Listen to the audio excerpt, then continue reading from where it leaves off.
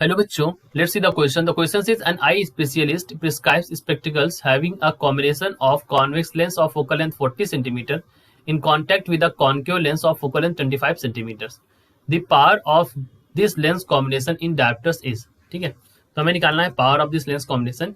तो इस क्वेश्चन को सॉल्व करने से पहले मैं आपको बता दूं किस तरह का कॉम्बिनेशन यहाँ पर लेंस का बन रहा है. तो the combination of lens that is being formed over here वो कुछ इस तरह से बन रहा है.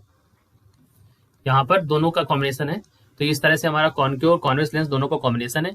हमें चाहिए पावर, तो हमारा जो की कॉन्सेप्ट यहाँ पर बन जाएगा दैट की concept is power lens of the combination is equal to p is equal to क्या हो जाएगा यहाँ पर P1 प्लस P2. अच्छा, हमें यहाँ पर फोकल लेंथ के टर्म्स में इसको करना पड़ेगा. सो यहाँ पर हम फोकल लेंथ के टर्म्स में यूज करेंगे. तो एक बात और मैं बता दूं आपको कि जो कॉन्केव और कॉन्वेक्स होती है उनकी फोकल लेंथ, आपका जो कॉन्केव लेंस होता है, ठीक है, उसकी जो फोकल लेंथ होती है वो हमेशा क्या होती है, नेगेटिव होती है. तो focal length of concave lens is negative, ये बात आपको ध्यान रखनी है. और वहीं अगर कॉन्वेक्स लेंस के बारे में बात करो तो जो कॉन्वेक्स लेंस होता है उसकी फोकल लेंथ जो होती है दैट इज पॉजिटिव. ठीक है, so P is equal to P1 plus P2.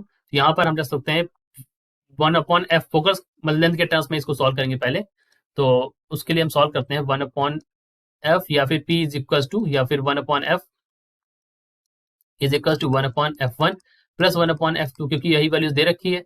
और कॉन्केव और कॉन्वेक्स लेंस की आपको पता ही है. तो f1 की वैल्यू आपको मैं बता देता हूँ. f1 की वैल्यू आप यहाँ पर रखेंगे 40 सेंटीमीटर प्लस का, ठीक है. और f2 की वैल्यू अगर आप रखेंगे यहाँ पर, तो इसको आप बदल लें तो 0.4 मीटर्स में हो जाएगा.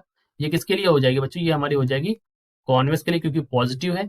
सिमिलरली अगर कॉन्केव के लिए लिखेंगे तो हमारी निगेटिव में जाएगी, that is equal to minus का 25 सेंटीमीटर्स, या फिर आप लिख दीजिए इसको माइनस का 0.25 मीटर्स. ठीक है, तो ये वैल्यू हो जाएगी यहाँ से सॉल्व करने पर. तो यहाँ पर जब सॉल्व करेंगे हम तो हमारी वैल्यू हो जाएगी that you can write over here as 1/0.40 plus यहाँ पर माइनस साइन आ जाएगा 0.25.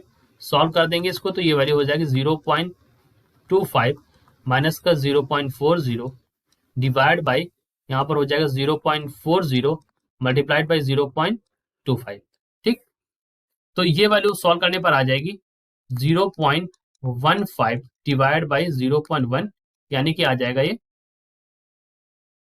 माइनस का 1.5. अब देखिए ये हमें पार चाहिए, तो पार इज इक्वल टू क्या था, P1 प्लस P2. जब हमने इसको P1 plus P2 1/f1 plus 1/f2 के टर्म्स में लिखा तो हमारी वैल्यू क्या आएगी, इन दोनों कॉम्बिनेशन को सॉल्व करने पर वैल्यू आई है 0.15 डिवाइड बाई 0.1. सो पार की वैल्यू यहाँ से आ जाएगी माइनस, यहाँ पर था तो माइनस 1/5 डायप्टर्स. ठीक, यही हमारा पावर ऑफ द कॉम्बिनेशन आ जाएगा. तो यहाँ पर ध्यान देने वाली बात यही, हमारा जो पावर ऑफ कॉम्बिनेशन आ जाएगा that is equal to option number c, यानी कि ऑप्शन नंबर सी में दे रखा माइनस का 1.5 डायप्टर्स. ठीक है, यूनिट जो होती है इसकी वो डायप्टर होती है. ठीक है, करेक्ट ऑप्शन हो गया ऑप्शन नंबर सी.